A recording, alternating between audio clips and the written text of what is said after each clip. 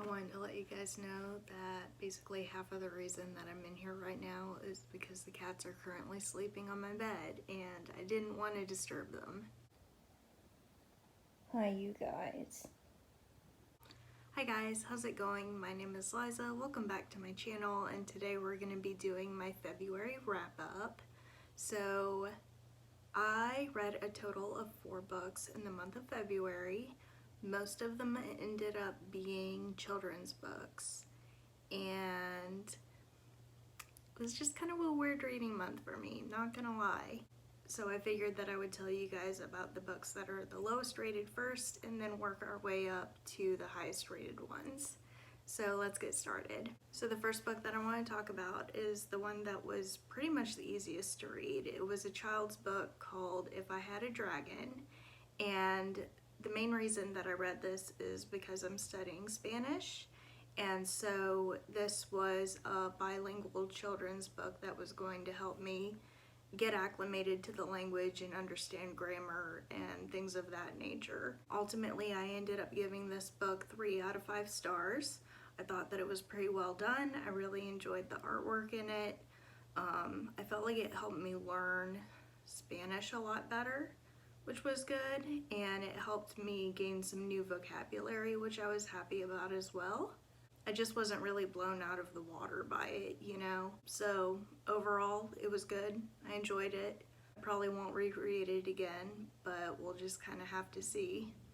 So the next book that I want to talk about was also a 3-star read, and I'm highly considering bumping this up to 4 stars because the more that I think about it, the more that I ended up enjoying it, and the more depth I felt that there was to it, the further I got away from it, if that makes any sense. And that book is going to be Persistence, Persistence, Persistence.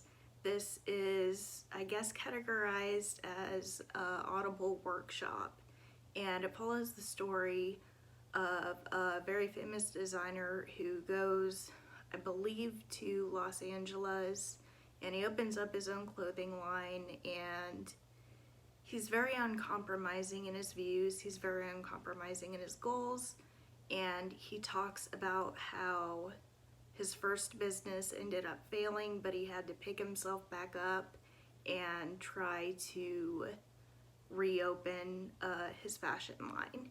So I ended up really enjoying it overall. One of the things that I really liked about this book is that he talks about his experiences as a child growing up and being very uncompromising in his goals. He talks about what it's like being gay as a child and trying to explain that to his very conservative family. And he also talks about some different books that really inspired him to go for his goals and not compromise his set of beliefs in order to achieve his goals. So I found that the book was very well done. I liked how it's a little bit of a mix of a workshop, a memoir, and then like book reviews on top of that. It was a very interesting mix that I had never seen done before in a workshop before, and so I ended up really enjoying it, and I think that ultimately I'm gonna end up bumping it up to 4 stars. So the next book that I want to talk about is a book that I've been reading for about 2 months. It was a book by Michael Pollan, and it's called Food Rules and Eater's Manual. I also listened to this on Audible, and I really ended up enjoying it. It's a cultural perspective of different food rules for you to be able to eat healthier. It's very, I would say, vegetarian or vegan inspired, which is fine. There's nothing really wrong with that. I ended up ultimately enjoying it. I remember in the beginning of my reading vlog for it, I found that some of the terminology that he was using was a little bit irritating for me. But as the book went on, I started to see more value, especially more like cultural value and historical value in the book. And so it ultimately ended up making the book go from a 3-star rating to a 4-star rating. It's about 2 hours long, and it's very information packed.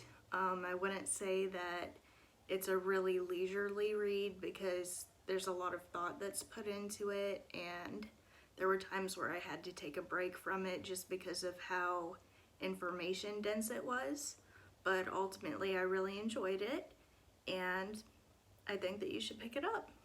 So the final book that I want to talk about, I really enjoyed. It was again a children's book, and I got this for Christmas from one of my best friends, and it was absolutely amazing. I can't get over how good this book is. And it's called The Boy, the Mole, the Fox, and the Horse. It's, I guess, like technically a graphic kids book, but it's just absolutely beautiful. The art in it is beautiful. It follows the story of this boy, and he goes on this adventure and he meets all these different animals, and each animal has their own personality type. And so it talks about different life issues that you might have on your journey throughout life, and it talks about how life can kind of throw you curveballs, but it just ultimately ends up making you a better person.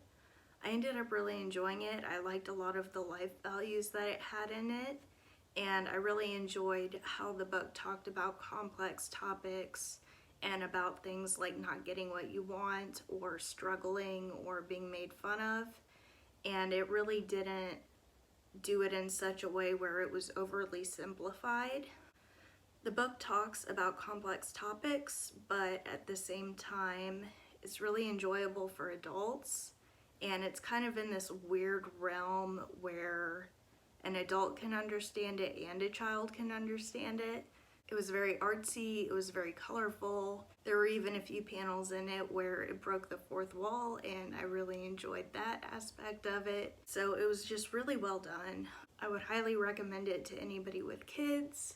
It's very non-offensive, if that makes any sense. So I don't think that any parents would have any issues with reading it to their kids. It's just a very good, feel-good book about friendship and traveling through life and some of the hardships that you can deal with. But ultimately, I ended up giving that book 5 out of 5 stars. I absolutely adored it, and I definitely, absolutely think that you should pick that up no matter what age group you're in. So that's pretty much it for my February wrap-up. I hope you guys enjoyed it, and I'll talk to you next time. Bye!